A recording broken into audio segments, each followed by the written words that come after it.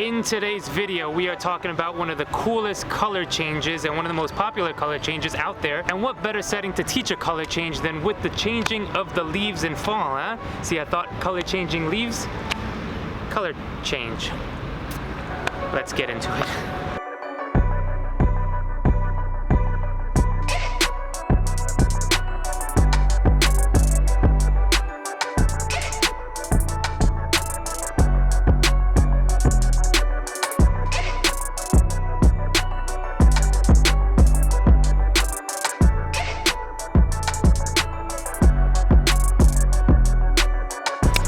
Yo guys, what is going on? Alex Pandrea here. Welcome back to my channel and welcome back to the fall. The autumn is my favorite season of all time. Now before we get into the tutorial, I want to tell you a little bit about my next event. On October 10th, we celebrate. It's my birthday. And every year for my birthday, we do something special on my websites. This year, we are celebrating a few things. First and foremost, we have a new deck of cards coming out. Now, I've been printing decks since 2011, so for quite a few years, and finally, we have reached the 100th different deck that we've printed and released out into the public. For a lot of you following this channel, you might know my work from only a few years back, but before then, I printed a lot of different decks, more than just Nox, so I'll leave a list below if you are interested. The second thing is that we have a Halloween deck for you guys. Now, some of you may or may not know that on my birthday, I always do a special deck that the proceeds from that deck go to a different charity. 2 years ago, we donated to breast cancer awareness. Last year with the Fear deck, we donated to the Make-A-Wish Foundation. And this year we have a new charity with the new Fear deck coming out on October 10th. And the last thing we are celebrating is my birthday. No other explanation needed there. So stay tuned for that. Let's get into the color change right now.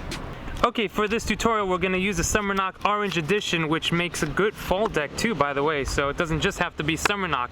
Little tip for you there. Okay, so how does this color change look? Well, you have a card just like that, and then you change it to the Jack. It's a very nice and basic change. Now, when you think about color changes, this is the sort of basic change that you wanna do. It's a step up, I think, from the Erdnase color change, which I don't like, I don't even do well, but this is the basic one that everybody should know. Now, this is gonna be broken up into 3 different sections. The first section is going to be the get ready, how we get ready into doing the color change. The second is the actual move of the color change and the fingering positioning, and the third is the cleanup. So there's a few ways to do each, and then you could combine them as you wish. Now, the first option to do this color change is to do it straight off of the face of the deck. So it would look like this. You would have the 3, and then it would change to the 8. The only problem with this is that you have to, after the cleanup, you have one card that is face up on top of the deck, which is not that great, but you don't have to do a double to begin with. The second way to do it is to start with a double lift off the top of the deck and then do the move. And what's great about that is that you're gonna get the cleanup to be cleaned up right at the bottom of the deck, and now you're left clean. Okay, so that's going to be up to you on which move that you want to do to get ready for the color change. So what is happening behind the scenes of this change? Well, it's very simple. Basically, you have a double or one card hiding another card, and you're going to use the pinky of the left hand or the hand that the deck is in. If you're right-handed, you usually hold the deck in your left hand. You're going to use the pinky to pull down just like that, and get this card to basically come off the deck to the side, which is going to be hidden by the right hand, and then this is going to be shown. Okay, hey look, doggies. So I like to do the double because I just like to clean up a little bit better instead of having to clean up afterwards. So double, lift, show the card, the X card, and then we'll get into a little quick routine afterwards of how to use it. And you're gonna hold the deck. A lot of people have trouble doing this next part, the actual move of it, because what's gonna happen is when you pull down, if you have the deck in the hand too deep, you're not going to have enough room for this to happen, for the card to lever down and then shoot around to the back side. All right, and that's because you're not lifting the deck further up into the hand.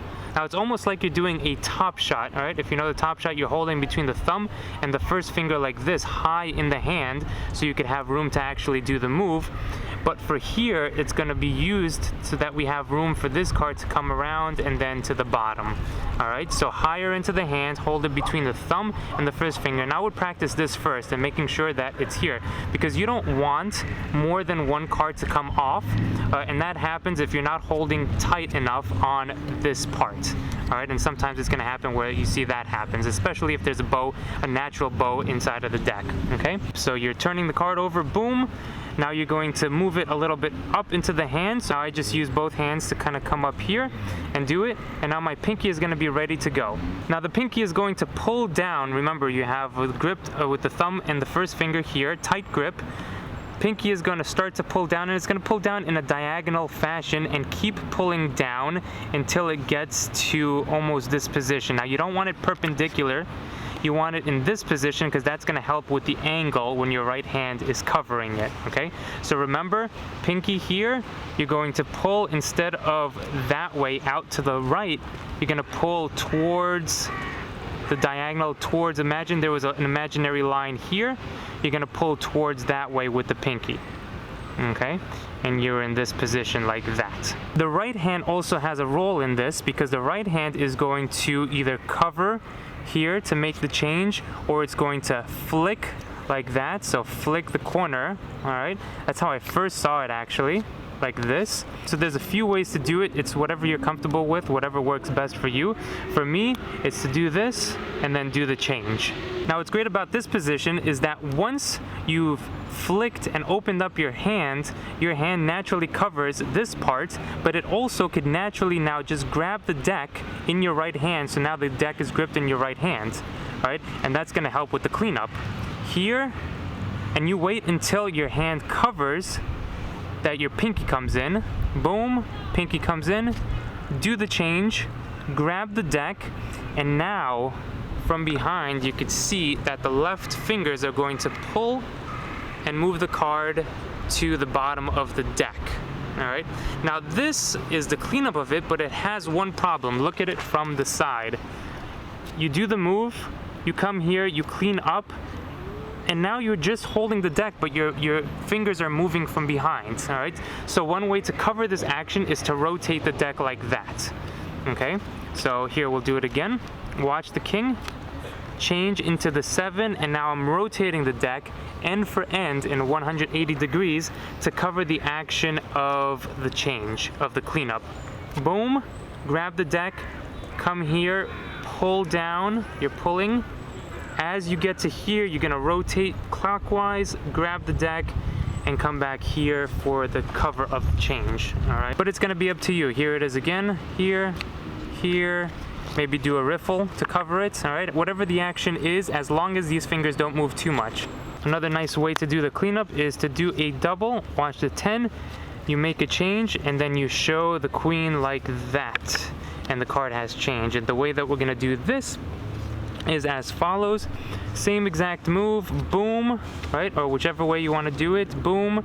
And now from here, because your hand is here, instead of picking up the deck and grabbing it, all we're going to do is we're going to spread the deck out this way, okay? And you're spreading the deck out this way, and this helps the fingers underneath grab the card and pull it flush as you square back up, all right? So you're here, you do the move, you grab the deck, and then you spread. Thumb is still here grabbing onto it, and that also covers this card. All right, so that card is covered. And now you can come here and square everything up, and that's a nice cleanup for it as well, okay? So double, show, do the move, square, all right, this is hidden, and then you square back up, and then you show the one card. All right, a cool little effect to do with this color change is as follows. You have a card selected, let's say it's the Queen of Diamonds, and you lose it somewhere inside the middle of the pack. You ask the spectator to hold out their hand, and you say, look, we'll use the top card, King of Spades. That wasn't your card, was it? And they say, no, because I put my card in the center. You say, oh yeah, that's right. We'll use the King of Spades, and we'll leave it on the table. Now, they put their hand on top of it, or in between their hands, or something to the extent that you can't get onto it. Say, look, we'll try to fix it. I'll use the second card as well, 4 of Spades. That wasn't it either, right? All right, we'll try to fix it. Watch the 4. Now, it wasn't that card and it wasn't this card, but if I just give this a little snap, watch the 4 turn into the king. Now, the king was in your hand, but now it's here. And they lift their hand and they turn it around with tears in their eyes that now the card in their hand is their selected card, the queen. A rather simple effect. Basically, it's just a control and a few double lifts mixed in with a color change. You have a card controlled up to the top. okay?